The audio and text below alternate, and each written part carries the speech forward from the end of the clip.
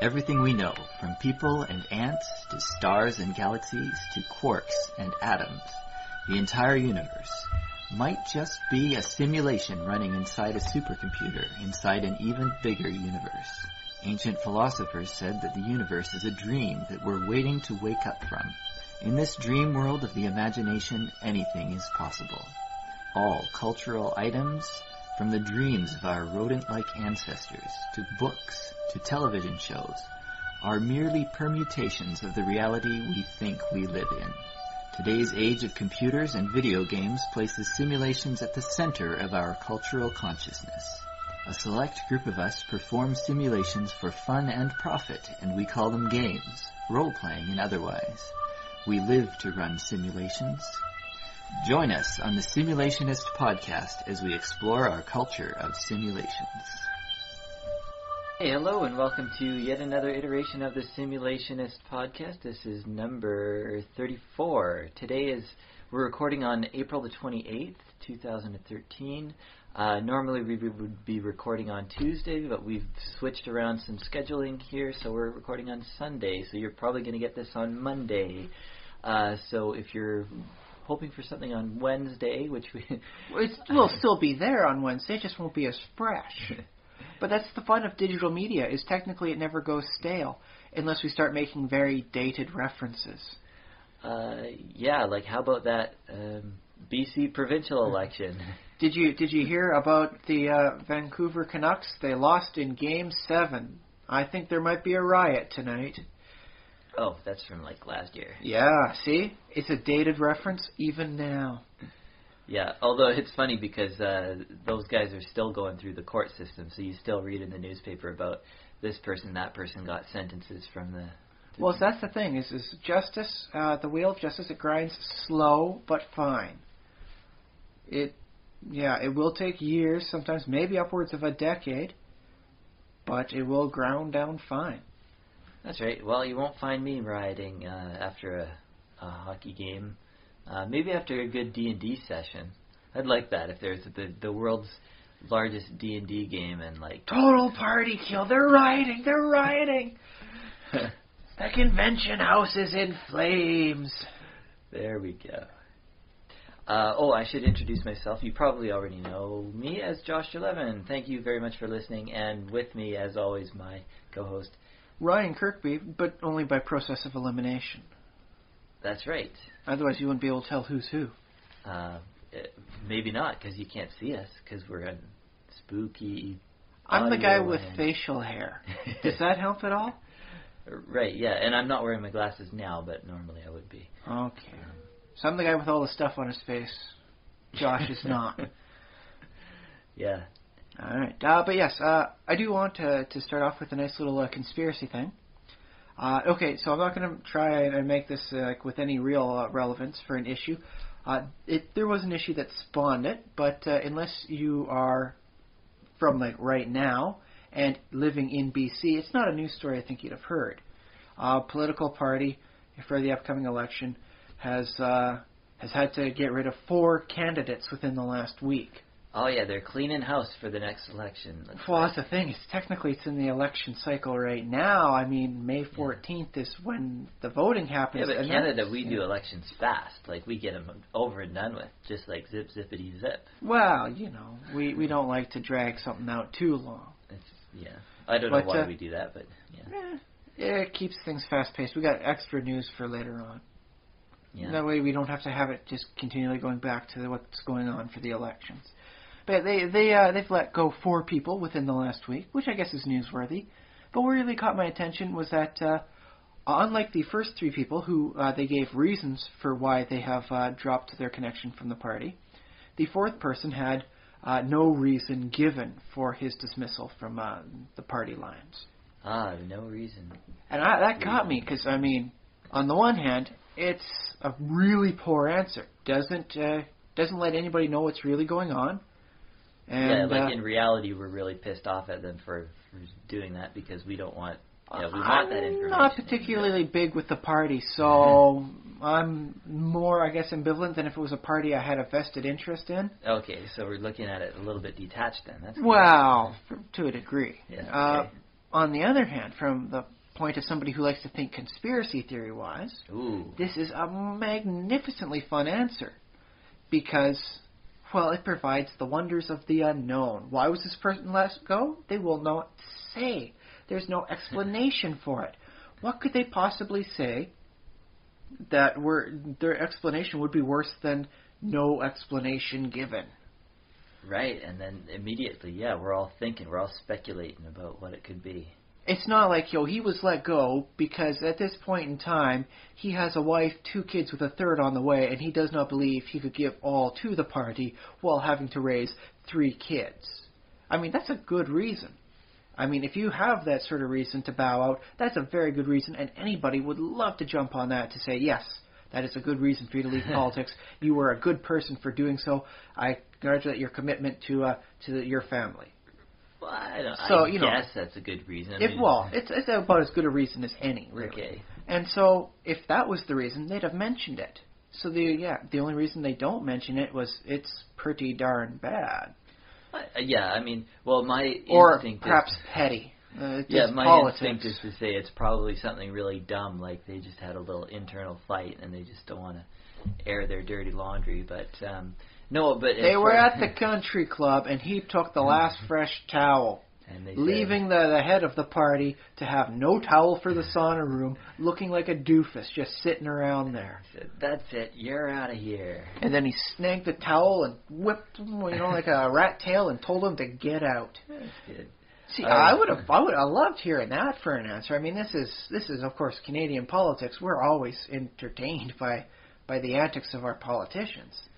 So that would have been okay, but this was no answer given. So it couldn't even be that good. It had to apparently be even worse.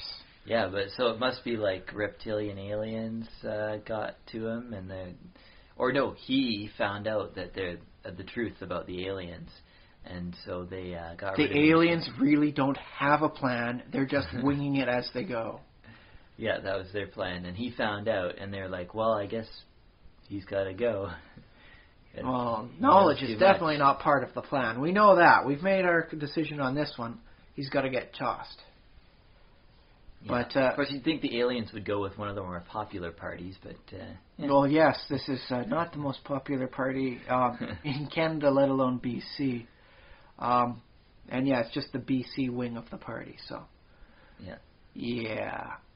But, I mean, from the perspective of thinking about conspiracy stories and concepts, this is wonderful, and it's really a nice way to show that you can do a lot with very little. If you're coming up with the plot, and you can't figure out the motive for this action happening, put no reason publicly given, and then just let whoever's reading it, let their fertile minds just come up with whatever they want. Because that way, you have the wonderful ability to let everybody get what they wanted out of the story. It's like, oh, I know why he was let go. And that's because they came up with the idea. Their real reason. They inferred it from the story, but there was no real answer? No, they made it up themselves. So, yes, sometimes you can do a lot more with a lot less. Yeah, more with less. That's a good lesson from real life to your... Paranoid head? Paranoid delusions. I just figured it'd be worth mentioning. It seemed like, because it struck me, it's like, oh, no reason given. What was going on there? Wait a minute, this must have been a good thing for me. Oh, yeah. Next thing you know, conspiracy theory ideas. Yeah, very good. So, yes. I think we also have a nice little musing today. Okay, so yeah. Not a full-fledged topic, but just something that has occurred to us. Yeah, we'll see what it turns into, but... what was it? Josh, why are you not like Batman? you like Batman, don't you? Because I'm not an idiot. Okay, I'll accept that for partial credit. But, you like Batman, don't you? Yeah, no, I love Batman. He's awesome. He's at least an adequate hero, even into the worst incarnation, right? So why aren't you trying to live to the similar ideals of Batman? Why aren't you mastering multiple sciences? Why aren't you becoming like Olympic level fit? Why aren't you becoming like a master criminal sleuth of deduction? Well, somebody not too long ago, I might have to look this article up and put it in later, but somebody did an analysis of all the skills that Batman has and like how much time it takes to train in them, and they figured that Batman would have to be in his 60s just to have mastered all the skills. Okay, yeah. So there's a bit about Batman not being realistic. But I do believe we had a conversation many, many iterations ago about how there isn't one real Batman. Yes. There's a different style of Batman for whatever the story needs. There's the master detective Batman for when it's like the Riddler, and he's got to be the smart crime solver. He gets the problems done. He knows the riddles. Then you've got your vigilante Batman who's good at beating the crap out of things. So he's fighting Bane, and he's the best brawler. He's Olympic level. And then you've got your master scientist Batman, who's able to come up with the chemical counterpart to Poison Ivy's latest whatever biotoxin she's releasing into the atmosphere. Yeah. And so, from that perspective, you can just take the one skill set of one Batman and then determine which Batman you want to be most like and then go towards it. Okay, so why don't I... Well, why aren't you more like Batman? I'm really... This hits me deep, because I should be more like Batman, shouldn't I? But here's the thing, let's expand this out. Comic book readers really like their comic book characters. This is a thing where people will spend many thousands of words, sometimes daily, debating on which is better between the two. Spoiler alert, Batman versus Superman, the winner is Martian Manhunter. He's kind of got both their skill sets and power abilities, plus he can go invisible. So, yeah, he kind of wins. Okay. So there we go. There's like an official ending. Martian Manhunter wins. Well, I thought it would be Batman still. What's the thing? Is that Batman has a hard time coming up with a counterpart for somebody that can make him forget. Unless he knew ahead of time and he... No, wait, he didn't know it. No, scratch that. Okay. Batman has recordings and like all of his knowledge in the Batcave somewhere, like on some hard drive. So they somewhere on the Bat computer. In case he ever does get amnesia, it's like, yeah. But here's the thing. It's actually been proven he does not have that. He has had his memory wiped. Oh. He caught some of the other heroes wiping Dr. Light's mind after Dr. Light found their normal personas and did horrible things I will not speak of to one of their loved ones. And so, yeah, they wiped Batman's brain because he was very much against this sort of mental tampering. Right. And so they wiped that out of his memory, too. Okay. Well, I don't know if I accept that as canon. No, I suppose it is. It is the actual proper canon. Not a bad storyline. I mean, it could have been done a little bit better. Could have been thought a little more nuanced. But it was pretty good. I liked it. It wasn't the best story I've ever read, but it was very compelling, very deep. And it also helps explain Batman's paranoia of superheroes. I think the thing about Batman is not even Batman can be Batman. He's beyond even his own capabilities. If he failed to plan for ever getting amnesia, I've lost my faith in him. Well, maybe he did have a plan for amnesia, but he forgot it when he got amnesia. That's the horrible thing about it. Well, it couldn't like one of his pals or sidekicks, either one of the four Robins, Robin or Commissioner Gordon, somebody be a backup. Well, maybe not Commissioner Gordon. See, but that's the thing is Batman sometimes is crazy prepared. He did have a mental thing in there for if Batman ever goes like mentally crazy, just absolutely. I mean, okay, Batman's pretty crazy as is, but when he goes completely off the deep end, he's got like a splinter persona put into his own mind. Yeah, that's what I'm talking about. He should have had something like that for amnesia. Well, apparently he was busy working on the other kind of non stable Batman persona. All of his other contingency plans for everything else that it could takes possibly time. go wrong. I mean, he was building Brother Eye's satellite up there to try and watch all the world at once. He's a busy man. You can only make so many contingencies at a given time. Yeah. Even if you're Batman, apparently. Apparently. Okay, but yes. Back to the thing. There's comic book readers just love their comic book characters. They're wonderful people. Yeah. Or entertaining people. I mean, let's face it, Spawn is never what you would consider to be a stereotypical good guy. but he's popular. He's been popular for a number of years. Not as much as he was back in the 90s, but he's still decently popular. Yeah. So why aren't more comic book readers trying to live up to the ideals thereof? Why is it the stereotypical image of a comic book nerd is a man, say, about as wide as he is tall sometimes? Well, yes, it has been pointed out before in the past, the discrepancy between the physique of your average comic book reader and your average comic book hero. So there's a little bit of, I wish I was like that, sort of, I don't know, envy or hero worship or hero Now, envy. here's the thing that really gets me, Yeah. is I keep abreast of what's going on the internet. And so I noticed a thing that they were doing for the fans of the My Little Pony series. Apparently they're between seasons, and it takes a while for each season to get made because it's supposed to be high quality, and you got to go to like some area of Taiwan. There's some areas of BC they're doing, and plus it takes time to write quality scripts. So why don't My Little Pony fans look more like ponies? No, here's the thing. What they've decided to try and do as a large group of individually motivated people is to go out and do charitable acts, do good deeds.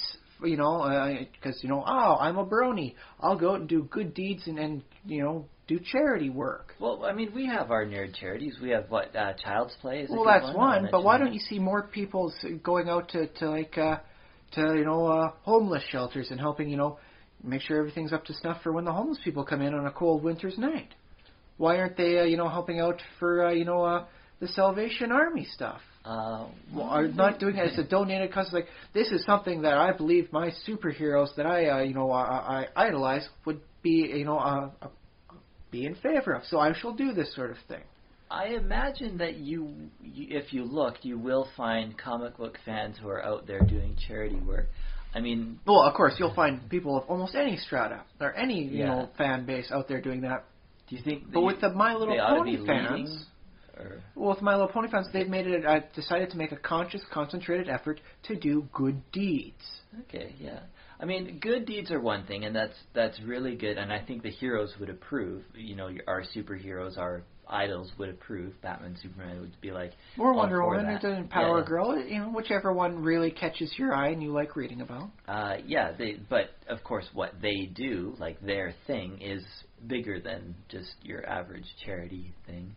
But you do what you can with what's available to you. I mean, I'm sure if Gotham City wasn't this horrible crime and corruption infested cesspool of a metropolis.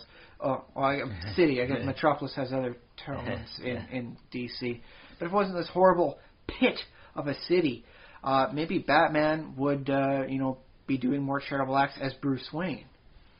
Well, I mean, Bruce Wayne obviously does plenty. Well, depending on the Bruce Wayne, I mean, the Adam West Bruce Wayne is like very big in charitable acts. He's got all sorts of things going on, whereas something like Christopher Nolan's The Dark Knight trilogy, he's much more of a playboy that isn't seen to contribute anything like to society. He just kind of parties and drinks and goes and does amazing things that anyone who has a daily job wishes they could do.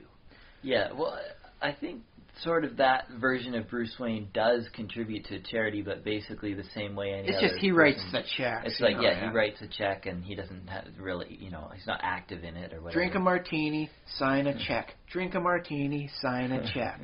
As opposed to the Adam West Bruce Wayne, who's out there cutting ribbons and stuff. Well, he cuts ribbons. He makes sure he's on the panel boards for when it comes time for paroles, and he's there. He's actually talking to the people. He's there going through his reform, and second chance opportunities that he has set up through the Bruce Wayne Foundation.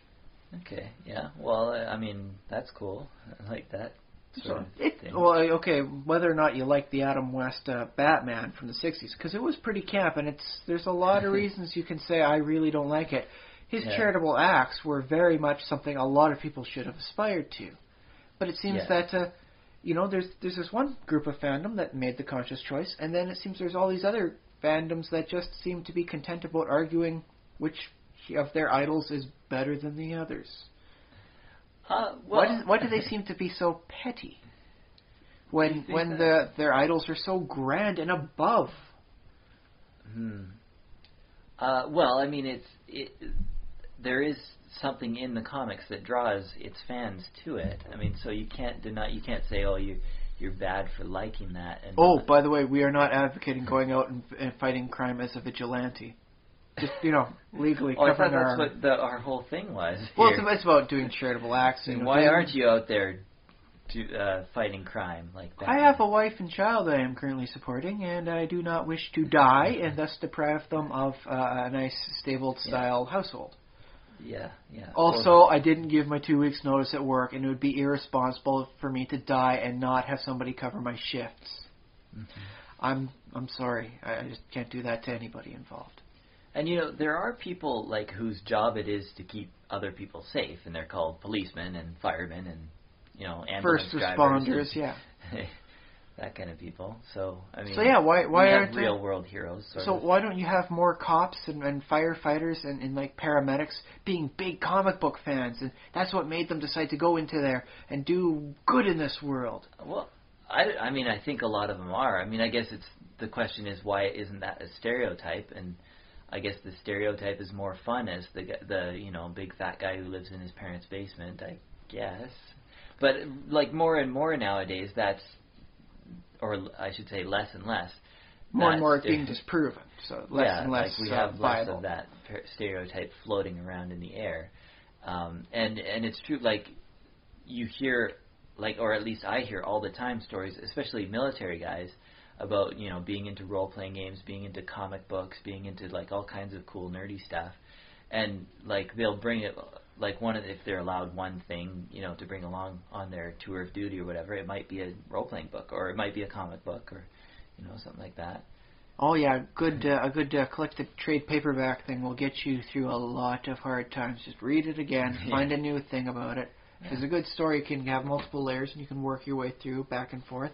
Of course, nowadays they can bring an iPod, and maybe they'll have podcasts on it, and you never know. Somebody might be listening to this very podcast somewhere overseas or on a boat or something like that. So, hey, we're thinking about you, buddy, or budette.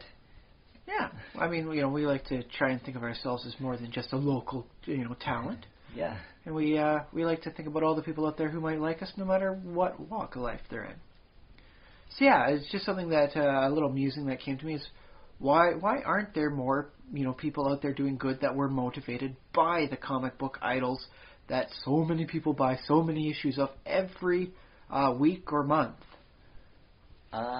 Yeah, well, I don't know if I have a good answer for you. I mean, you can make me feel guilty because I know I don't do enough. And is there just like one or two factors missing from this formula to create the group of people that go out and en masse do wonderful things for the community? Well, the thing is, I mean, it is really just entertainment. It's just fiction, so you got to start from there as a base.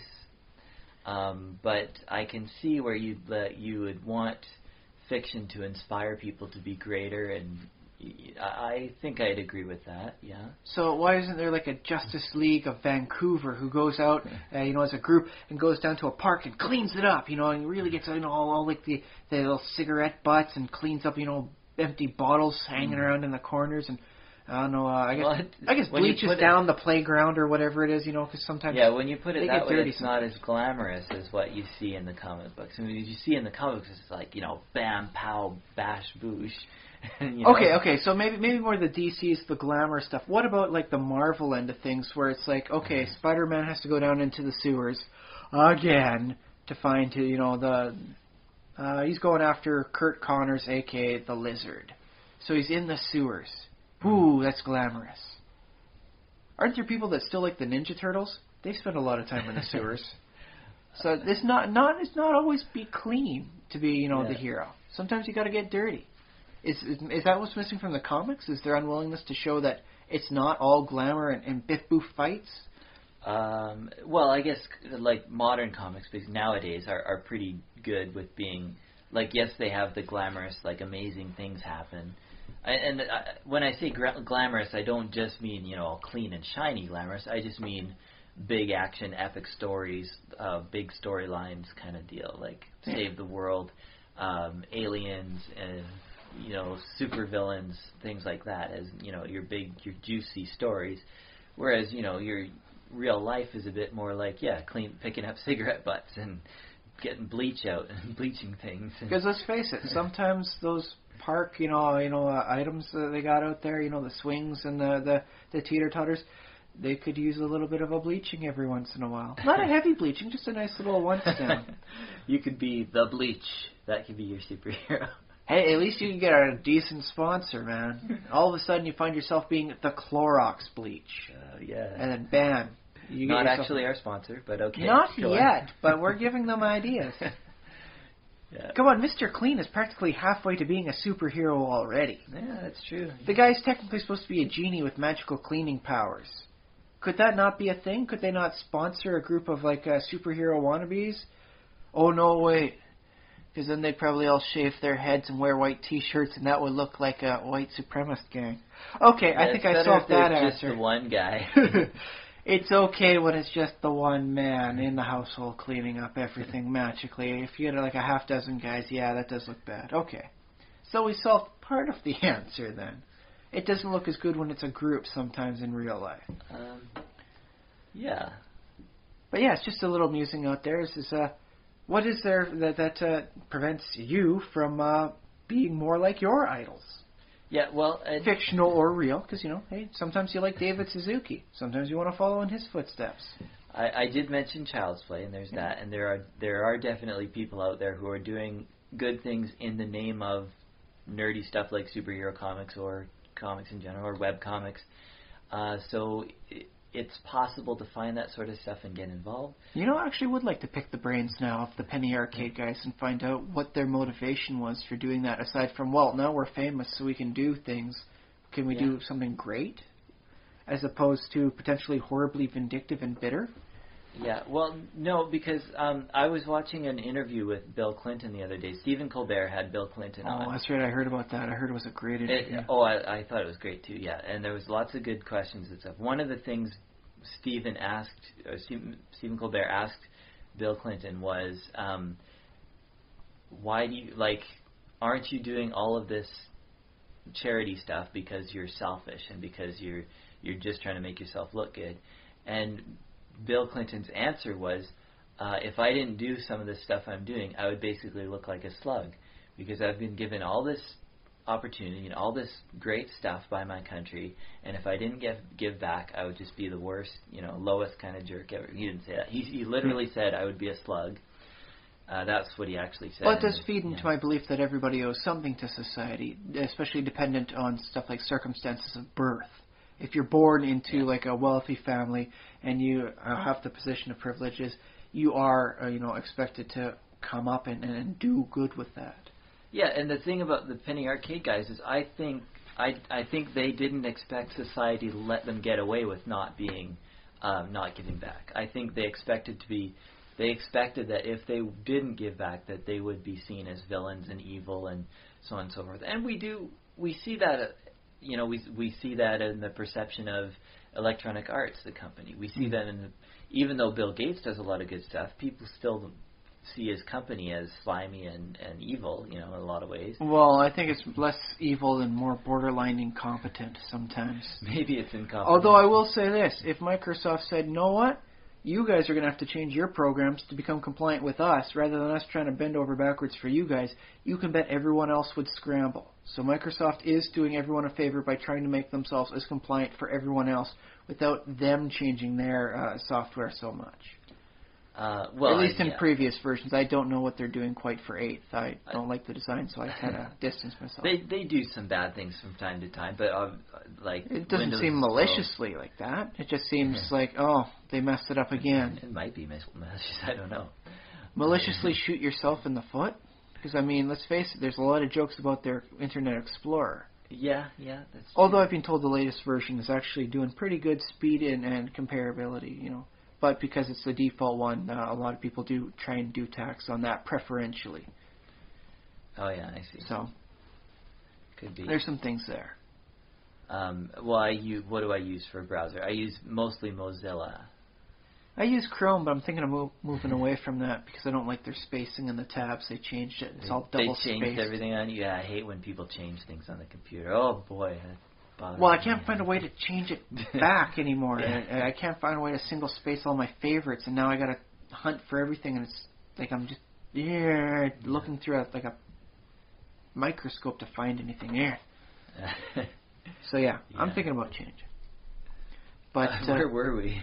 Talking about charitable organizations. I do recall though, for Penny Arcade guys, they did do a comic about like a person interviewing them why they started for their child's play, and their reasons was one of them had flipped off a box of kittens, and the other one punched a baby once, and this was their way to try and atone for bad deeds. Although in their defense, the baby was being kind of a dick. Yeah. So. That is, I do believe, almost a verbatim line for their reasoning. Yeah, that's from the comic. So maybe you can see something as a bit of a sign of atonement. They got to do better because they've been doing so bad. Yeah. That I think that's what I was saying too about Bill Clinton. Although you wonder what he's atoning for. I mean, I think we all know partially what he's atoning for. Yeah. And let's face it, if you remember his history, there's about 7 or 8 things he's technically atoning for, or just one big thing to atone for. Not all of it while he was president, but it was while he was serving in an office of some form. Right. But other than that, he seems to have gotten that under control, and he's a very decent guy. Sure, yeah. Especially if he listens to our podcast. I don't know. He might. Yeah, well, I'm sure he does, and so does Stephen Colbert. Well, he has to get his resources from somewhere. Yeah. And remember this, folks: even the people who make your entertainment need some entertainment of their own, and they can't watch their own product, so they got to go somewhere. Oh yeah. The musicians have to listen to other musicians. The TV stars have to watch other TV programs. Well, that's weird that you went there, but yeah, strangely insightful. So we watch we watch TV programs too. We listen to other podcasts. So who's saying that they can't be watching us? Yeah. Heck, for all we know, perhaps the celebrities prefer the more obscure stuff because it's like, I really like that TV series until I met the actors at like one of those after gig parties, and oh my god, I just can't stand to watch the series anymore. I just can't see them as their characters. I just see them as them.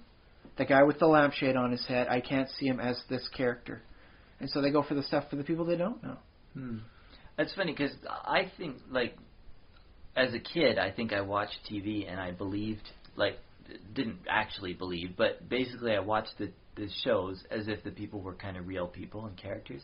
Well, I think if you're getting into any series, that's what you ideally want to do. I think that's what you want to do. Captain Malcolm Reynolds is Captain Malcolm Reynolds. He's not, a character played by Nathan Fillion. Well, except that, now that I get a little bit older and I start to recognize actors from other programs, I often do see them as, that's that guy that I like from a different show, and now he's doing something else cool. And so it's like, I think I watch TV a little bit differently than I used to.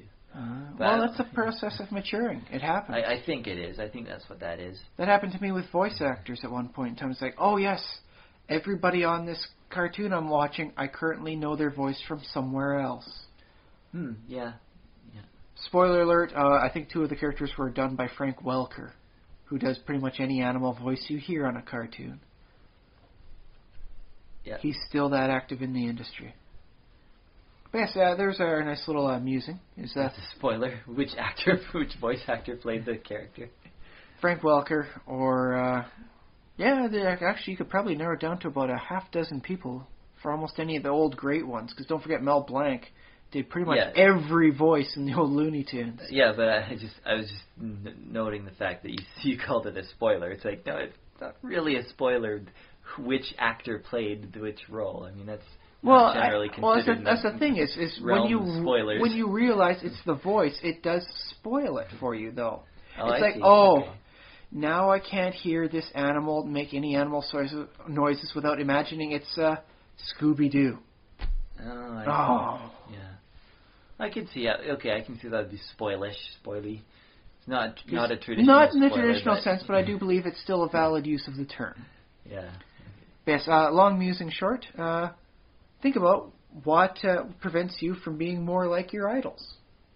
See what hurdles those are. Maybe overcome them. And the thing is, charity is or being heroic or whatever. It's good. It's good for your soul. It makes you feel good when you do it. So. I remember once rescuing a man who's trapped in a wheelchair who was stuck in a snowbank, and helping him out of that snowbank felt the same as like Superman lifting a car up out of whatever disaster is happening in Metropolis that week. Oh, that's cool. So yeah, and I like this in the sense that it can be like being heroic and being like and helping people can be selfish, and that's okay too. Like it can be like you might do it for your own selfish reasons because you want to look good or whatever. It's one of those societally condoned selfishness, though. Yeah. So long as you're actually helping other people, be selfish all you want. Just keep helping others. Well, yeah, and I think it having that sort of attitude of heroism and service and all this, I think it really will ultimately feel good. And just, I mean, I think you'd be a weird person if you didn't think that helping other people felt good and was valuable to you. I think. Heck, give it a try. If it doesn't make you feel good, start sitting down, a nice secluded area, maybe with a little brandy, maybe not, just, nice secluded, and think about why it doesn't, make you feel happy to help others. Yeah. I mean, of course, the other thing is, yes, life is hard, and I have a full-time job that I have to go to, and that takes up a whole bunch of time that I could otherwise. You also do podcast work, and too. I have a whole podcast. And you do that whole bit with the Minecraft, yeah? Well, it's not just that every week, because you got to put it up. You got to make sure it's all. You got to listen through it again to make sure we're not, doing something weird in the background. Yeah, I gotta know that. So yeah, you're a busy guy. And I'm not even as busy as probably a lot of our listeners out there. Obviously, you have an hour and a half at some point during your week to listen to us, but other than that, well, maybe they're just not so busy that they can't also listen to us at the same time. Yeah. So I get that it's busy, and don't forget though, we are also in the modern era sort of thing. Yeah. So in some cases, slacktivism actually does work.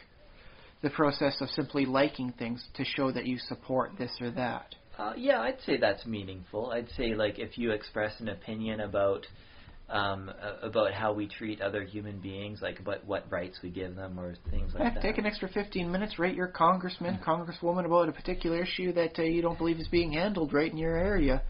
And because, apparently physical letters scare the bejesus out of elected officials. That's for our American listeners. For the Canadian listeners, write your MLA or MP. Yes. And contact your local seat of power. For our Azerbaijani listeners, I'm afraid I don't know what. Please press 1. For those of you speaking in Swahili, please press 2. No, but yes, contact your local seat of power. Just give them an actual physical letter, man. Spend the time, and I guess whatever it costs for a stamp wherever you are. And it probably doesn't really matter what cause in particular. Obviously, you got to pick out a cause that you agree with. Please pick a decent cause, though. Don't find some sort of horrible cause, and just to prove us wrong. Well, I was thinking about this the other day, and maybe I'm derailing this podcast completely. So maybe that's okay, because the next topic will actually help out with this. But keep going. But I was thinking about this, and even you probably, if you believe in a cause, you probably don't believe that it's wrong. So it's hard to give this advice and have people say, "Oh, he's talking to me," because you wouldn't know if I was talking to you. But basically, what I want to say is, even if you're wrong, if you're being activist for something, I think you should still do it because you believe in it. And if it turns out later that you find out that you were wrong, you can repent and you can do a different kind of activism or whatever. But I think it's important to get your ideas out there, even if you might be wrong. Well, I can think of a couple examples, but I don't want to bring them up. Right. They're fairly contentious issues that are going through my mind, at least. Yeah. So basically, if you believe something, you should share it and be open to changing your mind. That's the thing. Well, yes, that is always the big thing. Be open to changing your mind. But if you do believe in something, and even if a lot of other people say it's wrong or something like that, I think you should champion your cause and put yourself out there. Because, I mean, if you are wrong, they'll find a good way to show you that you're wrong, and then you grow as a person Yeah, from hopefully it. you can learn, and And if anybody says, oh, well, you championed this cause 20 years ago, you must be the same person now, well, you don't need to listen to them. They are clearly a petty mind. There's no shame in changing your mind based on new evidence or based on things that No you matter didn't how know many people before. call it flip-flopping. Yeah. It's not a waffling issue, it's a learning as you go issue. And that's called life. Yeah. I was going to say one other thing about having a busy life, and what a lot of times what people will say is, oh yeah, you got to take out time for yourself. You got to take out that hour or whatever to just relax and read a book or whatever it is, because you have a job, you have a family, you have people, responsibilities, you have a social life probably, hopefully all these things. So, and they say, well, you got to set aside a little bit of time for yourself, and that's like there's something to be said for that alone time, but also some of that self time can be devoted to whatever it is you want to devote it to. Like it can be your. I usually devote your it to hero naps, time. but it might be your reading comic books time, or it Yeah. might be your charity work time, or could be anything else like that. Yeah. I mean, we just have to juggle our time in such a way that I don't even understand how to do it properly. That is possibly one of the big things about that. Apparently Batman, is able to prowl the night, while Bruce Wayne is able to be a playboy during the day. When does he sleep? Yeah. So, yes, don't forget there's some disconnect there between real life and your idols. Find out what they are and how to best mitigate them if you're going to try to be like them. Otherwise, you'll have a psychic breakdown. Just as from the lack of sleep, you'll just shatter like glass hitting pavement. And this is why everybody isn't Batman. No, but would it hurt to be like 1/10 of Batman, a Deci-Batman? It might. It might not. I mean, probably our paragons in society, our best bodybuilder in society is probably the best honest Batman. bodybuilder. The best dishonest bodybuilder has more Bane for his idol. Right. Yeah. So, and our top scientist in the world or something like that would be kind of on par with Reed Batman Richards. in that one area. We'll go with Reed Richards in this case because he's got that wonderful, shock of white hair that looks so stylish. And that makes him good at science. According to the comics, he's even better at science because of how he manipulates the space in his brain thanks to his elasticity. Ooh, space in his brain. Except they got it wrong. They said he enlarges the brain for added stuff, but that increases the distance from the neurons and would have caused slower brain functions and potentially brain aneurysms if it's far enough apart. Yeah, and he doesn't get, the rest of his body, for some reason, doesn't rupture when he stretches. Yeah, well, I'm thinking about, this, if the space between the neurons gaps would be wider if he stretches his brain out, so there'd be a better chance of everything just going nowhere, which would cause some pretty nasty problems. So if you actually wanted to be smarter, it would have been the other way. You would have compressed his head into a little pinhead so everything moves quicker and better for him. Oh, wow, cool. But they never actually show any of that. It's just Reed Richards is smart, and he builds a gizmo that saves the day. Okay. He's Reed Richards. He never needs to reference that item ever again. No, that's cool. But yes, so this long muse brings us, I think, nicely into the second topic then, I guess. Okay, next topic. Pacing. Pacing and timing and everything. Because, let's figure this. A good video game, for stuff like RPGs, is supposed to take 80 hours of gameplay. A good action one is supposed to take maybe 8 hours of gameplay. A good movie shouldn't take about more than 2, sometimes allowance up to 3 hours to tell a decent story, unless you're doing a trilogy, in which case you can get that times 3. A book takes about, we'll say, 15 to 30 hours to complete. And so all these have just a fast change in pacing. You clearly cannot tell everything that happened in one of the Harry Potter books in the 2 hours you have in time for a Harry Potter movie. That was apparently one of the downsides to some of the later books. They just can't tell all the little sub-stories going on. C'est la vie, I suppose, really. Well, do you want to watch a 5-hour Harry Potter movie? Well, I guess it would be the last 2 movies put together, but would you have liked to have seen that every freaking year? I wonder, like, do they design movies, like, did we arrive at that about 2-hour mark because of the size of the human bladder, do you think? I would not be surprised if that was not an issue. Do you think that those are correlated? I wonder if you could do some kind of study about how long people can go without using them. Well, I mean... And give them copious amounts of high fructose corn syrup pops to see how that works. Yeah. I think there might also be an issue with the places themselves that show them in the theaters. Because if it's a 4-hour movie as opposed to an 1.5-hour movie, well, you can only show the 4-hour movie once, but you could have shown that 1.5-hour movie twice and cleaned up in between. So they're getting less revenue for the longer movies. So it might be some pressure from the theaters to say, hey, no for the really long movies unless they're really good, or maybe only about once a year. Yeah, I can see that. Although, like, you got to wonder, like, okay, that gives us an upper limit, or some kind of, like, can't make it too long. But in that case, why don't they have just 30-minute movies? Why not 5-minute movies? Why don't you just go in? Because people are not willing to pay $15 for a 5-minute movie in 3D. But they could pay like $1 for a 5-minute movie. I mean, that's the thing. They don't charge less. Well, they could. I recall a thing in Subway that they used to have. It was a sub made out of lobster, like real lobster, apparently. Yeah. And it was a $20 foot-long sub. It was an expensive sub. Why do they not have it anymore? Because very few people were willing to pay $20 for a sub the same size as every other sub, even though it had lobster in it.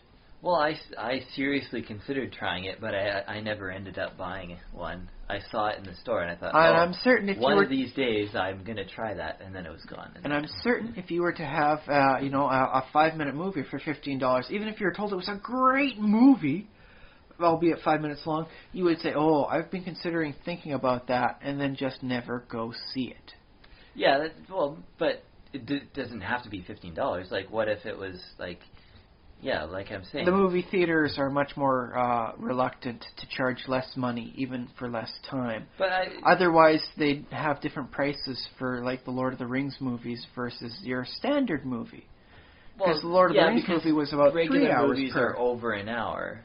But if you had, like, super short movies that were cheaper, I could see that being different enough that the movie theaters could say, yeah, here's an ultra-short feature, and here's what we're charging for it. Well, the movie theaters tend to be like a one-price-fits-all, depending on your age category. Yeah, but I don't see, like... You had a good argument when you said they can get in there, they can show 2... or the same movie twice. Yeah, 2 90-minute movies, clean up a little bit in between, as opposed to a 4-hour movie. But this argument is just stubbornness. It's just, they just don't. And apparently that's about all it takes for them, is they don't want to charge less. I think there's another reason. That's why I'm. Well, there's probably several reasons for it, but I think that's the one you're going to see most often. They just don't want to charge you less money. And that's about as simple as it gets for them, I believe. I just don't think it's that simple. Sure that's a good reason. That's one thing. I am firm in the belief that if they believed that they could get away with charging double the price for one of the Lord of the Rings movie tickets as opposed to a conventional 89-minute movie, they would have done so. But the only reason they didn't was because they didn't believe that they could get away with it. Yeah, because, this is what the market will bear, and this is what, apparently people are willing to pay $15 for a 2-hour movie. In 3D, $10 or so for, a ticket in 2D. Yeah.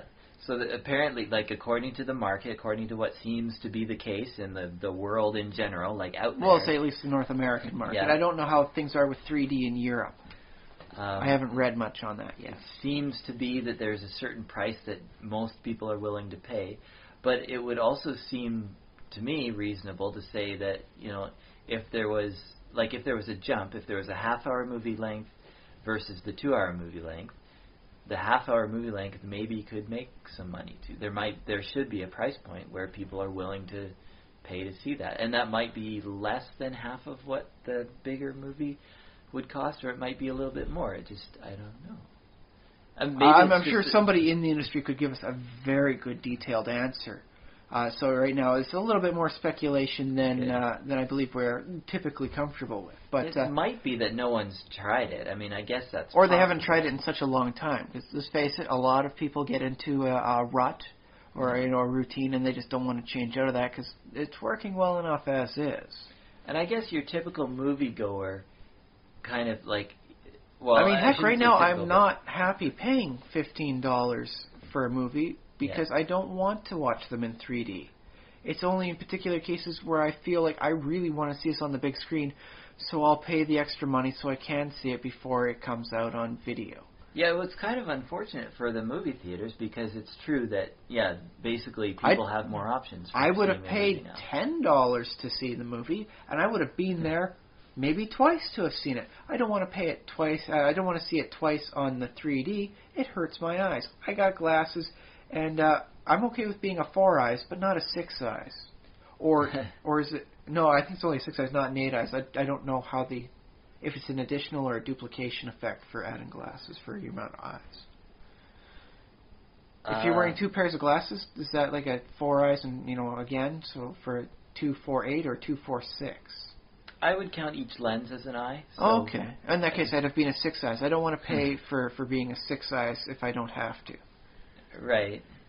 So, but I probably would have seen, like The Hobbit, movie twice if I could have caught it in the standard 2 dimensions. I was not able to find it. I had to pay for 3D. But technically, I'm going to the movie theater less than I would prefer because they only seem to have the movies I want to see in 3D. So I don't want to have to pay for that feature I do not want. Oh, yeah, sure, okay. Yeah, that's fair enough. And I mean, I think ultimately the movie theaters are only causing... I think it may be a sign of worse things to come because, people have more and more options of getting the content they want at home, so the theaters just have to try whatever they can to try and bring in, because you can't get 3D at home. So if you unless you actually 3D, bought the 3D TV, but those sales apparently were very disappointing. Actually, I guess it won't be long. In the next few years, maybe everyone will have a 3D TV. I don't know. I'm going to resist it. Those things give me headaches. Yeah. I will stick with my 2D until we get proper Tridio. Yeah. I was promised that in 1989 by the Shadowrun. I'm holding up for Smell-O-Vision. I want Smell-O-Vision. I think it'd be great. What about the dirtiest jobs that they have? Yeah, I want that. I want the smelliest, horrible smells on my TV. You'd actually watch that where he goes into the sewer and smell the whole sewer thing? Yeah. Whoa. Well, so I got to tell you, I've tried helping out with that before, and my goodness, I didn't even want to be within 10 feet of that open manhole. Well, the thing is, it should be like volume. You should be able to turn it off. If it's too offensive, it's I don't want to smell it. It's too offensive. Turn it off. Oh, well, keep in mind there's a difference between the senses, and one of the many advantages of the sense of smell is that it is a longer-term sense. It's not an immediate thing like sight or sound. Once the original creator of the source is gone, it still lingers, which is why creatures like dogs will utilize scenting for their own purposes for marking territory. It stays even after they're gone. You'd have to put in some kind of perfume then. If somebody really hates the smell that's coming out of their I think Febreze could really clean up and having a, Febreze clean scene. A purge button or something like that to put a good smell. A few fans, some Febreze going on. Yeah, you could make it work between the scenes. Yeah. The cooking channel would probably be a very interesting one under Smell-O-Vision. Great. But yes, Sis, a lot. As we're going off topic, we'll get back on now. There's a lot of variation in pacing, how you tell the story. Oh yeah, by pacing. Because if you want to tell a story in the art of music, you have about 3.5 minutes, maybe up to 5 for a long song. Mm-hmm. But unless you're going for an orchestra, or opera, you're really confined by a very limited amount of time in this case. It's I think one of the more extreme points of media. also with music, they repeat over and over again. Yes, you have the chorus. They have the chorus, and so not only is it 3.5 minutes, but it's 3.5 minutes with little bits repeating. Yeah. Not necessarily a bad thing. I mean, some of the Beowulf and other epic tales of old used a lot of repeating to help ingrain within the memory. So that may just be a vestigial thing for them. Yeah, well, I guess it probably is like. With a song, it really can get in your head and drive home, drive home, drive you mad, depending on the song. That one phrase can really stick with you. I guess if you wanted to get a message out there, I mean, people have tried doing propaganda through song, and it's to varying degrees of success. Sometimes it works well, sometimes it doesn't. Yankee Doodle Dandy. But yeah. Well, here's the thing: I remember watching an episode of The Twilight Zone the other night. It was called Come Wander With Me. It was a very fast-paced, odd, especially for The Twilight Zone, odd thing, but it had some slow music in there, and the music played a very pivotal role. But I noticed there was a very much difference in the pace of the song than the pace of the episode. And the episode was going by so quickly, I would have liked to have seen it maybe stretched out to an hour. Have things be a little bit more cemented, have the twists happen at a bit of a slower pace. Apparently I'm not the only one. The critics were not particularly favorable about that episode. That said, the music is sweet. If you can, look up Come Wander With Me. Decent amount of artists have covered it. It's a nice song to catch yourself humming to. I mean, it's not exactly an earworm, but I still remember it days later. But it was very fast-paced for an episode. Okay. And so I would have liked to stretch it out. Yeah. So I think there is, TV shows and movies do have a standard, a formula, your standard model of But these formulas change with time. Because I was also watching The Creature Walks Among Us, the third part of the Creature from the Black Lagoon trilogy of films that they made. The only one, actually, not filmed for 3D. Okay. So, haha. Now we're all singing our lines back and forth in here now. Okay. The creature doesn't do very much. He gets burned after stalking people. There was an incident with kerosene on a boat. He gets set aflame. His gills burn, so they have to try and convert him to land breathing instead of aquatic life, which he can do because apparently he's got a lung in there, so it works. Okay. But the monster really doesn't do much aside from be a reason to get all the scientists together. The focus of the movie is more about the dysfunctional relationship between the head scientist and his wife. And in the end, the monster goes on a rampage and destroys the evil, abusive scientist. Okay, abusive husband / rich scientist. Okay. But that happened within the last 10 minutes of the film. Yeah. So you had what was about a 90-minute film, and the big action scene was in the last 10 minutes. Now compare that to any of the slasher horror stuff. Freddy Krueger, Jason Voorhees, where their action killer scenes happen several times throughout the course of every 90-minute movie there. Okay, so clearly, between the 1950s era, The Creature Walks Among Us, and the 80s for the horror stuff, they've clearly changed their formula on how they do their pacing. They have the action scene maybe 4 or 5 times, maybe even more in a movie now, as opposed to just build it up, know the people, learn the tensions, monster rampage, the end. Yeah. Well, my view of a short story is that a thing happens.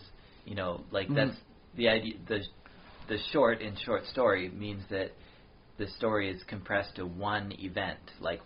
This is the story. Which is why I like microfiction, like the creepypasta. Yeah. Just try and compress it down to, let's see if you can get it down to 2 paragraphs. Yeah. It can be longer, but if you can really get it good into 2 paragraphs, you've really condensed a really spooky story. And so that's kind of groovy. But yes, short story is a very different style than a full-length novel. Yeah, so it's one event, and you can throw in a few leading up events or whatever. But I guess you can even put in a few hooks, and that way you can connect a bunch of short stories into a nice little weave of a world. You can throw in all those other things, but the main meat of a short story is that it's one sandwich. It's got one burger in the bun, kind of. Yeah, it's not a 4-patty heart attack, whatever it is they want to call it. Yeah, exactly. It's got 4 patties, hash brown, and an egg on top. No, it's a simple thing. And I imagine, like, movies, like films, being sort of based on that, like, at least to begin with, is that, yes, you're sitting people down for about 2 hours, which is a similar length to what a longer short story might take to read. Okay.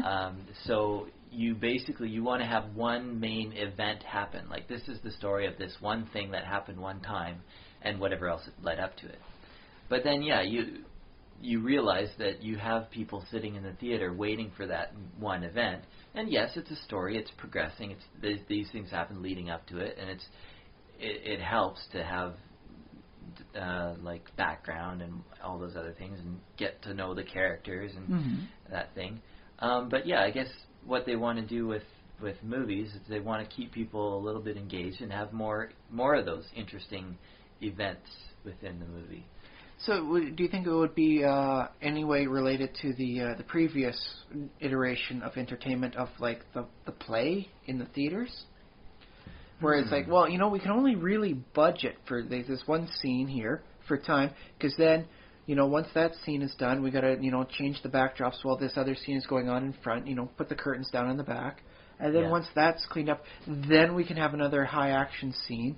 And once that's all done, we go back. And so they're used to this: have something happen and then rest, and have something happen and then rest. Whereas with movies, scene happens, big action. The serial killer gets another teen that's having promiscuous sex. And then you don't have to worry about cleanup because you don't need to film that. And then you're ready for the next scene. And so you don't have that pause required, and it took them a while before they learned that. Well, that's from the production end. I think you're right. I think that's how that works. You suddenly realize, oh, dude, what are we doing with all these filler scenes? We could be killing teens. But even with that sort of movie, he's not killing a teen every second he's on screen. He's not killing somebody. Not yet, but you progress that number upwards enough, and the fans keep demanding more and more, and it might be Jason Voorhees versus, I don't know, how can you get all the people together? The entire U.S. track meet that decides to meet at Camp Crystal Lake. And to actually kill the teens, he has to... There's one massive murder scene where he's going after everyone. It's like every 30 seconds there's a decapitation or blood spurting. Well, I don't know. I'm actually kind of intrigued to see that now. I wonder if somebody could make something like that. I'm thinking of 300 now, like with all... Oh. I'm thinking of that action scene from Serenity, where it's got River Tam, fighting against all of the Marauders, as she's just kicking all sorts of ass, and then just like stapling all the action scenes on. So it's like, I don't know, heck, maybe Jason brings all his friends in. There's too many teens for just him. There's all sorts of spree killers, and they're all focusing, and then you can go from one scene to the other and back again. Like that really nice final conjoined scene that they had in Avengers, where everyone's doing their own thing, and the camera pans from one to the other. And you just do that for 90 minutes of gore. Well, I like that thought. Now, I was going to say that... by the way, I'm going to term this hyper-gore movies. If anyone out there can produce a movie and does, I've come up with a term for it already. That's one less thing you have to think up. You're welcome. I mean, we all love our favorite fight scenes we love The Matrix with that fight scene with all the Agent Smiths. I really dig the very ending of Jet Li's The One, where he's on top of the pyramid and he decides to start kicking everyone's ass. Yeah. And the traditional way to see that is that's the climax. That's the payoff that the viewer paid for by, sitting through the first part of the movie, and then they get this awesome scene. Just as a side effect, China has some very lax copyright laws. If they were to film this sort of thing, in China, they could throw in Batman, they could throw in Indiana Jones, they could throw in whoever the heck they wanted. You could take stuff for characters from video, you can just totally ignore like how they met there, and just have all of them fighting like the movie, the song Ultimate Combat of Ultimate Destiny. Do you remember that one by Lemon Demon? No. Oh, I'll have to link it up afterwards. It was a very good one. Very nicely done. But yeah, it was just superhero versus villain all together fighting each other. Well, I don't know. I think they might use some superheroes in India or China, but we would not see it because we might Trust if we me, have the internet. If it's a 90-minute movie of every superhero and villain fighting each other sort of Yeah. thing, it's just one massive melee hyper gore fest, I think we'd learn about it. Yeah, we probably would. There is no way the internet could keep that one under wraps for very long. Yeah. Well, I think I've heard of movies from Southeast Asia which will rip off American superheroes. I do recall a thing about Spider-Man flying through the air dancing. It looked pretty good. I had no clue what they were saying. It was a Bollywood production, so I did not speak the language. But it was good dancing, I'll say that. Okay. Well, so I don't know if we necessarily get it back. And the thing is, I mean, yes, they get American culture to some extent, but I don't know if those superheroes have the same sort of level of mythology over there because they have their own heroes and their own movies that they like. But for the purpose of a massive fight, all they need is the character, what they can do, and then throw them in with the scene. Yeah, but would we take Chinese characters from Chinese popular culture, and would we think? I recall several video games focusing on the Three Kingdoms period that have made several video games out of the whole thing, where they utilize historical, heroic type characters in a combat situation. Quite popular there, quite popular here. Oh, okay. Even if we really don't know what Liu Bu ever did for China, we know he can kick the most ass because we played the video game. All right. So, but yes, there's just thinking about other movies where it seems where they packed in much more action stuff was the middle of the Dark Knight trilogy, The Dark Knight Rises. If you remember seeing that in the theaters for the first time ever, it's like, oh my god, how can they top? Oh my god, they topped that. How can they top? Oh my god, they topped that. Yeah. And it was just scene after scene where it's like, I can't believe this is still going on. I'm starting to get numb in my fingertips from all the excitement. I don't remember ever getting numb in my fingertips, but I enjoyed the movie. I was getting dang exhausted from it the first time I saw it. I was like, oh my god, so much, this is so awesome. Oh my god. I was losing the capacity for rational speech. Well, and I was going to bring up a point too about the audience, and you have to let them, take a breath, and I think they do that. Do you really have to though? Could you create like a book that takes you 30 hours to read, but it's just like chock full of action scenes, big action scenes that really draw you in? Not necessarily action in this case. It could be heavily dramatic scenes, melodramatic scenes. Because, you got to start mourning the deaths of the people after a certain amount of people have died. And I mean, that's good for another scene there, for character progression and all that. Well, I don't know. I'd have to see it done because it might end up just being something like boring, like reading the Bible. And Abraham begat Isaac, and Isaac begat. But trust me, if they had described how that begat was begatting, I think that it was much more in between, between A begat B, insert a passage or two from 50 Shades of Grey. Oh yeah. Well, I hear wouldn't that make the Bible that much more of an interesting read, eh?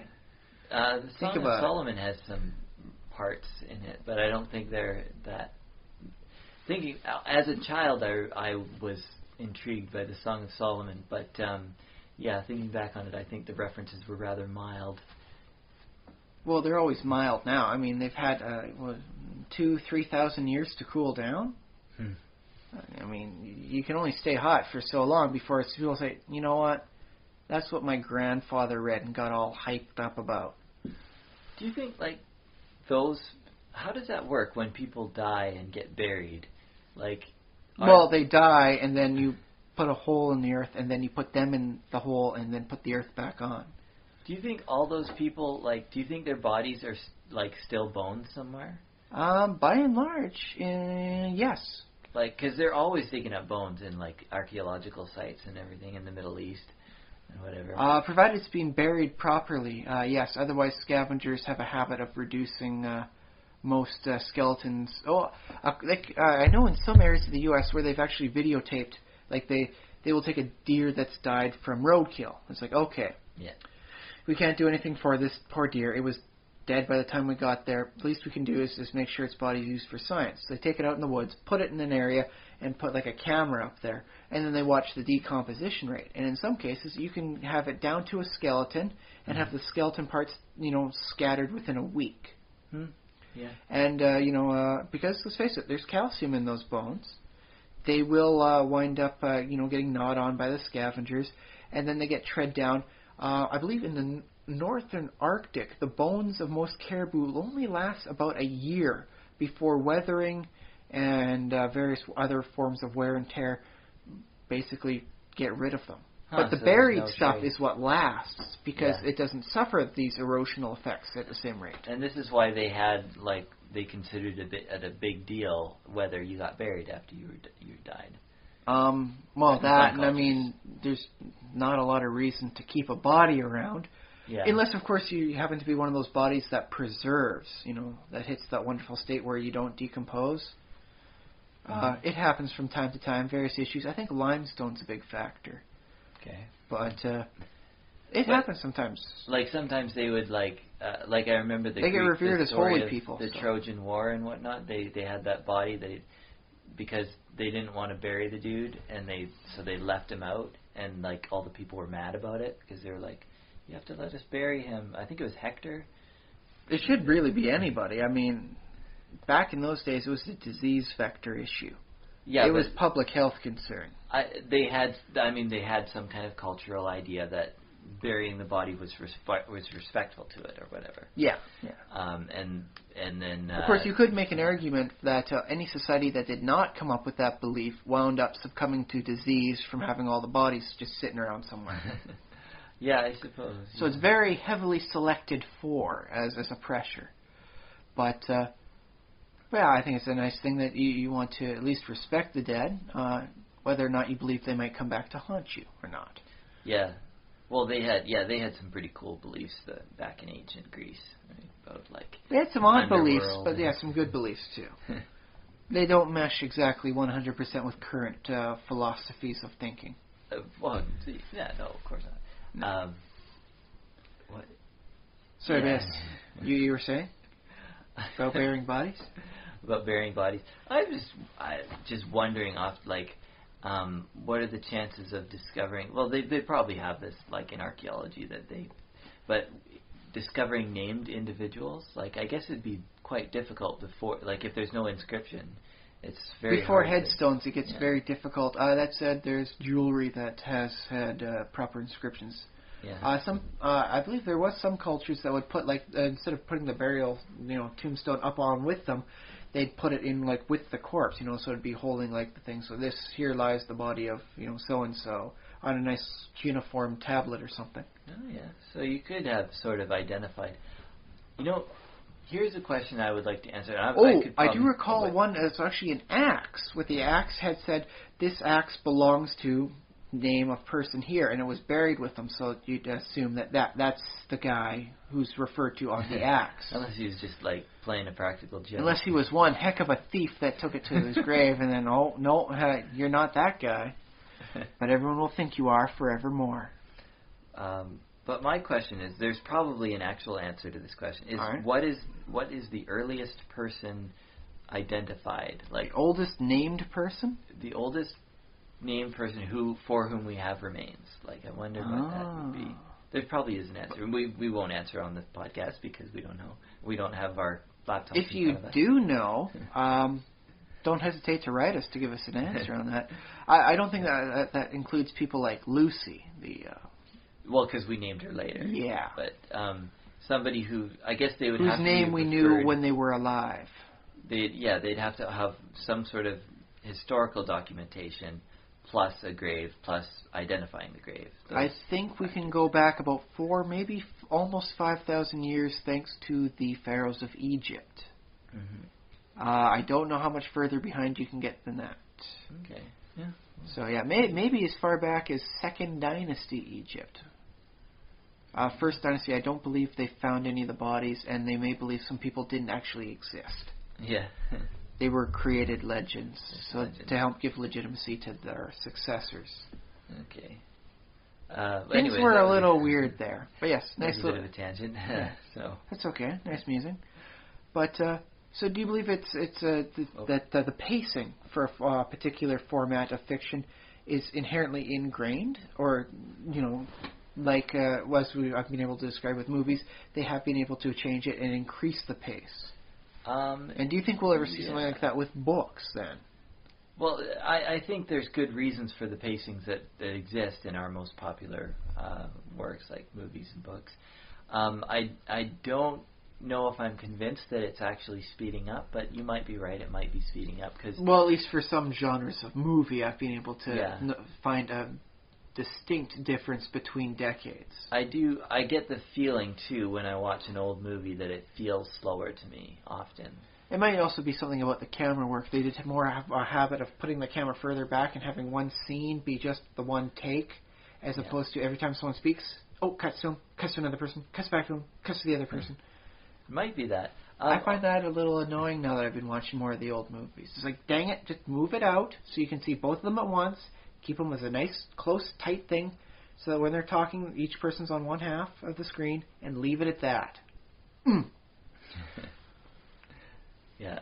I wonder, though, like, if you see this trend, maybe, like, if you were a movie maker and you saw this trend, you say, movies are getting faster. I'm going to make my movie the fastest movie that ever was possible. I think you might have some problems with your audience. Like, people might not be able to take that. Like, you have to kind of keep pace with what society's doing. Or just be slightly ahead of the curve. Yeah, just a little bit. Yeah, you couldn't. It's a fast-packed action thriller means a lot less to us now than when they first announced that for the movie in 1991. Yeah. So, okay. That's good to think about. Is particularly if you don't like the movie out there, for those of you who are watching it, at least try and figure out the pacing. 'Cause, sometimes, you're watching a movie you don't like because other people say you have to watch it and it's just not your thing. Take note of some of the technical aspects of it. Check out the pacing, see how it goes. Yeah. And then later berate them for making you watch a movie with such bad pacing. Yeah, and people complain about things like having things stated twice, or spending too long on a certain bit of information that you probably only needed a shorter scene to get. Or, as we mentioned before, 20 minutes with jerks before the action ever really happens. Yeah, that's true. Although, if you're watching a movie, it's sort of like, you just gotta think about where you are. You're just sitting in a theater, eating your popcorn. I don't think it's that vital to not waste people's time. I know people are pretty passionate about not wasting a second, and I guess it's big money in some ways. But for me, it's like, no, I'm already in the theater. I've got my nice, comfortable seat. It's air conditioned. I don't really. Yeah, if ask you're watching much a more movie than in that. the summer, it doesn't really matter what movie you're watching, as long as you're in there with the air conditioning and your soda. Yeah. And if it's on my TV, and if I feel like it's moving slowly, not TV. Well, yeah, TV works because you can fast forward. Yeah, they're doing weird things with TV now. You can fast forward your TV. Weird. Well, if you have like a DVR or whatever. The whole thing for that, yeah. Yeah. Or if it just happens to be recorded. If that's on if you have an old VHS player, then you can fast forward that. It's not that old. It's still fairly recent. VHS is pretty old. Oh, now I feel old. Thank you. Well, you have a DVD player, so. Yes. I should also have much more modern forms of entertainment than the standard DVD player too, because everything's going Blu-ray. Oh yeah. Oh well. Yeah. I'm a relic, and I'm going to accept my fate. I will keep my slower pace, thank you. Yeah, you have been an old fogey lately. I was an old man when I was a young man. I just didn't look the part. Right. What else can we say about pacing?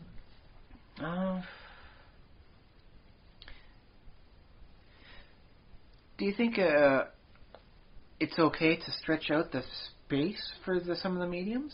Like for the 3-hour movies or the 5-minute musics? You play in a song and it's almost twice the length of a regular one, or the movie's almost twice the length of what you'd see as a regular one. Is that okay, provided they can keep the pace? Because, Well, the Lord of the Rings, the Hobbit stuff is very long, but by and large, Yeah. they keep the pace very well. You don't really feel the time so much. yeah, Unless you've seen it like 4 or 5 times, in which case you can feel the pace sometimes. I could have sat through twice that for The Hobbit. Like, I was having so much fun watching The Hobbit. I could have, but when it comes to art, anything goes. Like, you're allowed to break any of the rules. It's just Don't have 3 hours of very slow movie. Well, it's just see what happens if you do. And, like, if you do 3 hours of very slow movie, maybe you might get a smaller audience. Which, I mean, as long as you have an audience, I think you're fine. I think that's not necessarily a bad thing, because you made a bit of art that was, it was true to itself. Maybe it was a little long, but I don't know. But maybe it could have attracted twice the audience if it was a little shorter. I guess that's Well, if it's 3 hours of almost nothing, you could definitely shorten it down to an hour and a half. Yeah. Editing, hooray! Yeah. I guess you can shorten anything. I mean, you can summarize any story into, like, the plots. The summaries are like man versus other man, man versus the environment, man versus himself, and then or woman, like. It's man and neutered male pronoun. Yeah, man standing for man or woman. Yeah. Human. All right, so that's interesting to think about. Then how come we don't listen to more shorter music bits? Oh, aside from the techno-electronica, which a lot of people say is just take the sample sound clip and repeat that 20 times, and you've got the full song. Yeah, why aren't there shorter songs? Because I recall a few times where there's been some short songs that got a lot of attention, mostly in advertisements. Okay. There was no more to the song than what you heard in the commercial. I'm thinking of, right now it's a Canada Dry commercial. You go over to the Facebook page, it's everyone asking, where's the song? You need to make this a full-fledged song. No, the 3 verses you heard were pretty much everything that there is of that thing within this 30-second commercial slot. Yeah. I think it might be just the human brain. Like honestly, I caught notice of the song. I kind of dug it myself. I looked it up, and that's how I know about it now. But I think the human brain just it's just things that are bite-sized go into your mouth a certain way. Things that are brain bite-sized go into your brain a certain way, and that size just happens to be 3.5 to 4.5 minutes, and that seems to be. But if you cut out the chorus, you could cut that down to 2 minutes. You could get so much more songs in there at a much quicker pace. Do you really need the chorus in a lot of the songs? But I think people need. There's something in our brain that requires that 3 minutes just to be satisfied that they've heard the whole thing. Well, I'm thinking over to the Daft Punk people right now, and they don't really have a chorus for most of their stuff, but they do have a lot of repetition. Mm-hmm. I'm thinking about their song Around the World, where they use the line around the world approximately 1,200 times. Rough estimate. Okay, yeah. So there's not that much to it. Aside from that, it's a good beat. I can dig it. I catch myself humming it. It's easy to remember the lyrics, I'll say that. It's perhaps the second easiest song I've ever memorized. The only other one being Adam West's Batman, where it's na-na-na-na and Batman over and over again. Which is also another good example. You can pretty much shorten that Batman little theme song down to less than 15 seconds, and you still have a decent enough song. I guess so, yeah. So then, why don't you hear more of these shorter songs? I don't know. Well, on the radio, I guess because you have, or at least you used to have, I guess now you can make playlists, so you can do all your playlists in advance. But the radio people are in a bit of trouble for that. But it used to be that DJs on the radio would be like, okay, play this song, and you put the record on, and then you go and you do whatever you need to do, grab the next record, put things around, put a case away, or prep up the next song, because let's face it, sometimes it was on the LPs, and for those younger ones out there, those are like really big ones, for like CDs, but you got to find out exactly where each one starts and stops. There's no area to tell on that. You have to manually do it. Or in some cases, they just need to sit while that song is playing. So sip their coffee and just relax. If you had a 30-second song, it'd be like, put it on. Oh, go to the next one, put it on. 30 seconds. Oh, next one. So put then it on. traditionally the 30-second songs would not have been viable simply because everything was much more manual there. And so even if you had it as little singles on each one, you didn't have to figure out where each 30-second song was on a regular-sized LP. Yeah. It would just be still too much effort. You That's need like just- 2 or 3 people coordinating in the background to make sure it all worked back then. Yeah, that's just my picture of it. I mean, I do didn't- think that's a very good answer, though, because a lot of the format styles are still hallmarked from back in like the 70s, 60s, 50s, and earlier for radio style. And it would explain the wonderfully obscure popularity of the 48-minute version of In-A-Gadda-Da-Vida. The young ones probably out there don't know about this one, but yes, the song In-A-Gadda-Da-Vida had a very, very, very long version that was always joked as when the DJ wants to go out and get himself a meal, have something to eat, and come back, he would just play that. Yeah. Then he's got about 40 minutes, grab his coat, go out, get himself some, we'll say he picks up some Chinese, comes on back with it, sets everything up. Okay, now the song's done. Puts on the next one, gets it ready, and then he's got all his meal ready for the evening. Yeah, and speaking of pacing too, because like people, they enjoy a song and they groove to it and they be like, oh, this is great, I'm enjoying this. But then if it's the same thing for too long, it's like your brain almost gets used to it and becomes background It blocks noise. it out, yes. And then you kind of forget it. So that's why there's things like choruses and bridges in songs and so on, things like that. So then what if it was something more like Rush, where their songs are long, but they can change the period enough on the pacing so that it doesn't feel like one long song? Well, yeah, and this is also why you have things like key changes, you have tempo changes, you have, musicians use all these sorts of tools to keep their audience interested. I'm briefly reminded of the song by Napoleon the 13th, They're Coming to Take Me Away. Very, very good example of changing the speed of things. Yeah. Was the guy who's narrating, the singer for the whole story, was he goes insane, the key changes and the pace picks up a little bit more. Yeah, and I don't know, did you ever go to a high school dance or something like that? Ow.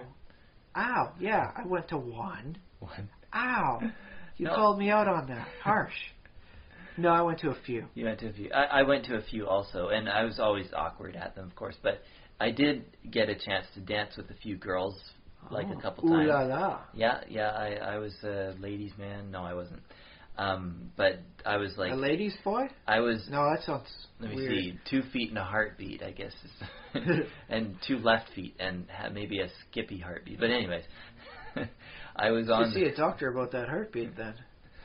I think it was just nervous. Anyway, Okay, But fair the enough. point being, what the DJs would do is they would play, 3 or 4. Well, I don't know how many, maybe more because kids have more energy. But they'd play the fast-paced songs, and then they'd be like, okay, here's a slow one coming up, so grab a sweetheart or blah blah blah. And just let you relax with a nice And slow then dance and to then you recover slow your dance energy. with the girl, yeah, and you recover your energy. Even though your heart's beating faster now than it was during the fast songs when you were dancing? Yeah, exactly. Ah. And then I never realized they'd have done that on purpose. I thought they were just mixing things up. Well, that's kind of what it is. I mean, it is mixing things up, but it's sort of, it's all about the pacing. It's, you do your fast songs and you do your slow song.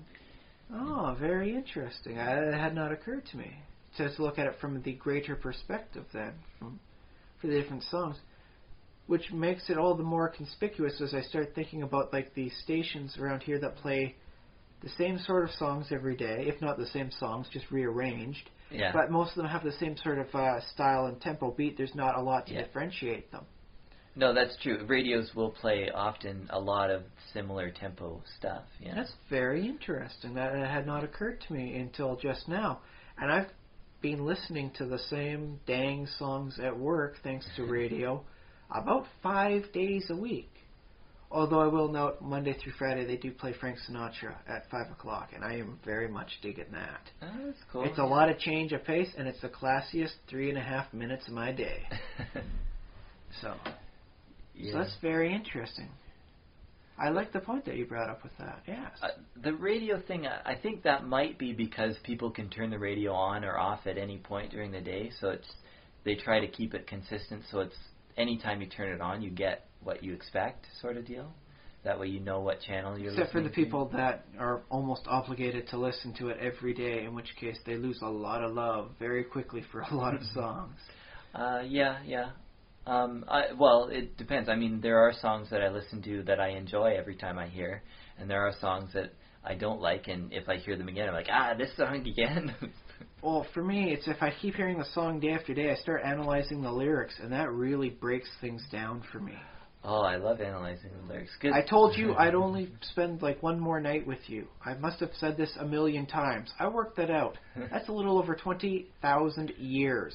That's longer than human civilization has existed. If you said that to yourself once per night, this has gone entirely too long, even for artistic license. So, that's what happens when I hear the same songs too often. Well, I do that sometimes too, although because I think I'm getting older, even though I'm only 31, so I'm not that old. But I think I'm getting older. Talk to a 12-year-old. You're an old man now. And I may be older than many of the people on the radio who are singing songs and stuff. And I'm thinking of them as kind of like teenagers singing about their problems, and I think about their emotions. So it doesn't really matter to me if Alanis Morissette, being much older than me, but anyways, Alanis Morissette sings about things being ironic, because that's fine. She doesn't know. She was a kid when she wrote that. I give her more later works a lot more leniency, just because it's nice to hear her sing while being happy as opposed to angry, and that's kind of nice. Yeah, that's nice. That's a nice change of pace. Yeah. I'm used to her being an angry, wonderfully witty, but kind of vindictive lady as she sings, and so hearing her be all happy as she sings is very, very nice for my mood. And there's another one that's just funny, which is on the radio right now. I think it's like, if I ever fell in love, I would have a heart attack. I think I'd have a heart attack. And it's like, yeah, that's not how medicine works there. But well, I don't know. If they have severe chemical imbalance issues, potentially falling in love could cause a coronary of some form, or start the whole biochemical processes that would lead to one. That they should put that in a song. Yeah, but it's hard to rhyme biochemical processes without spending a lot of extra time finding the right word. I do know, though... Give me the right drugs in the right doses. Okay, you've proved me slightly wrong. But I do recall another one, a classic one, Paved Paradise put up a parking lot. Yeah. I was listening to that one day with the line, they take all the trees and put them in a tree museum. But because I hear this song daily, it starts getting on my nerves more and more. Why did he not use the word arboretum? It fits with the rhyming scheme, and it's technically more correct. Yeah.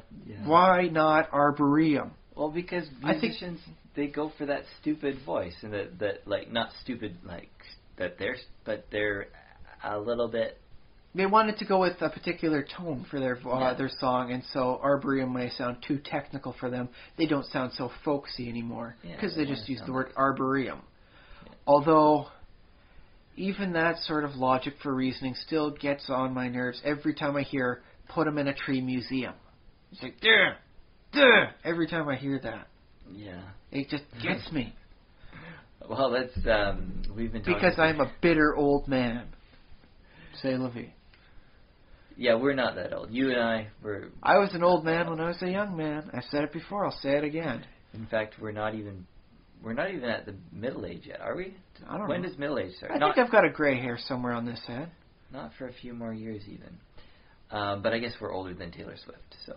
Yeah. That makes us old, officially. We're older than Bieber, older than his compatriots. We are old people now. Yeah. Okay, so we've been talking for about 90 minutes now. We're 90 minutes older. Oh. And so are you, dear listeners. In fact, But hopefully they're at least 90 minutes wiser for listening to us. There's their silver lining. I can only hope that somehow you gleaned some sort of knowledge, or if at least only just what not to do. If for no other way than to start analyzing things differently when they're viewing and partaking of the recreational activities of any media. Pay attention to the lyrics. Sometimes they can really surprise you. Yeah, and if you have insights that we totally glossed over and missed and, like, forgot... Or anything that can shoot us down. Yeah, go ahead. Contrary to popular belief, I do enjoy being shot down when the evidence is wonderfully lined up. We have an email address, thesimulationist@gmail.com. You can send us lots of emails there. We might even read it on the podcast. We probably will because we like to support the viewers, and I think it's nice to establish the rapport with them. Yes, absolutely. Let's see, you can also find us on... Unless it's like lol speak, anything like that. I have a hard time reading that stuff out loud without it sounding stupid, and I don't want to make our, people sending stuff in sound stupid, so that might have to be you. If it's something in lol speak, I might just translate it for you and then give you the printout. Good, because I still read you are, with the letters as and I still read, every time I read that, it's always so... don't worry about that. I can, maybe I won't, just for the fun of it, for the lulz. There we go. But we also, let's see, we're on Facebook.com/TheSimulationist. We're on Stitcher.com. Just type us into the Stitcher search or whatever it is. You can search for us in the Google search engine. Yes. I don't know how quick we are up the list right now, but we'll get there. You should find The Simulationist almost at the top. Obviously, if you're listening to this, you've somehow managed to stumble across us. So if you enjoy what you hear, tell a friend. If you don't enjoy what you hear, let us know why you didn't.